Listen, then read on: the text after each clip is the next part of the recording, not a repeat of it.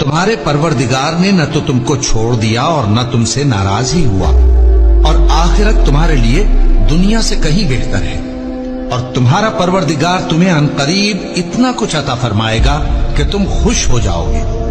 लुकमान ने यह भी कहा कि बेटा, अगर कोई अमल चाहे राई के दाने के बराबर भी छोटा हो और हो भी किसी पत्थर के अंदर या आसमानों में मख्फी हो या जमीन में, अल्लाह उसको क़यामत के दिन ला मौजूद करेगा। कुछ शक नहीं कि अल्लाह बारीक भी है, खबरदार है।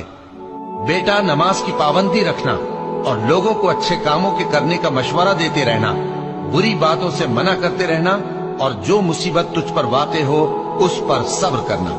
बेशक ये बड़ी हिम्मत के काम है। और तकब्बुर करते हुए लोगों के सामने गाल न फुलाना और जमीन में अकड़ कर न चलना, इसलिए कि अल्लाह किसी इतराने वाले शेखी खोरे को पसंद नहीं करता। और अपनी चाल में एतदाल किए रहना और बोलते वक्त जरा आवाज नीची रखना, क्योंकि बहुत ऊंची आवाज गधों की सी है, और कुछ शक नहीं कि सबसे बुरी आवाज गधों की होती है। आसर की कसम कि इंसान नुकसान में है, मगर वो लोग जो ईमान लाए और नेक अमल करते रहे और आपस में हक पर चलने की तलकीन और सब्र की ताकीद करते रहे। मोमिन तो वो हैं कि जब अल्लाह का जिक्र किया जाता है तो उनके दिल डर जाते हैं, और जब उन्हें उसकी आयतें पढ़कर सुनाई जाती हैं तो उनका ईमान और बढ़ जाता है, और वो अपने परवरदिगार पर भरोसा रखते हैं।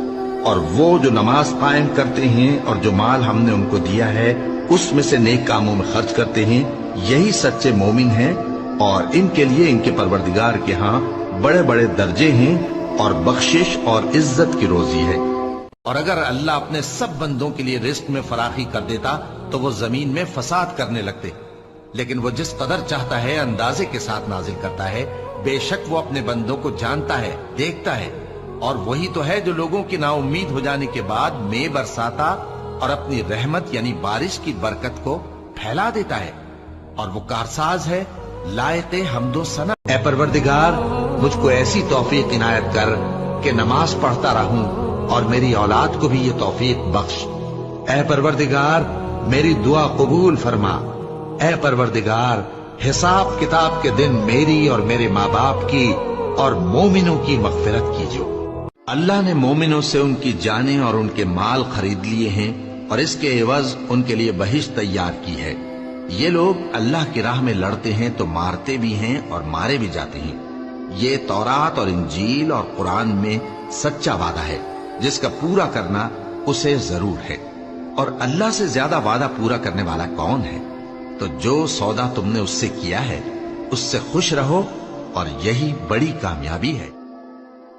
और कोई शख्स नहीं जानता कि वो कल क्या काम करेगा, और कोई शख्स नहीं जानता कि किस सरजमीन में उसे मौत आएगी। बेशक अल्लाह ही जानने वाला है और खबरदार है। अल्लाह उन्हीं लोगों की तौबा कबूल फरमाता है जो नादानी से बुरी हरकत कर बैठते हैं, फिर जल्द तौबा कर लेती हैं। बस ऐसे लोगों पर अल्लाह तवज्जो करता है, और वो सब कुछ जानने वाला है, हिकमत वाला है। और ऐसे लोगों की तौबा कबूल नहीं होती जो सारी उम्र बुरे काम करते रहें, यहां तक कि जब उनमें से किसी की मौत आ मौजूद हो तो उस वक्त कहने लगे कि अब मैं तौबा करता हूं। और न उनकी तौबा कबूल होती है जो कुफ्र की हालत में मरे। ऐसे लोगों के लिए हमने दर्दनाक अजाब तैयार कर। जो फायदा तुम्हें हासिल न हो सका उसका गम न खाया करो, और जो तुमको उसने दिया हो उस पर इतराया न करो। और अल्लाह किसी इतराने और शेखी बगाड़ने वाले को दोस्त नहीं रखता।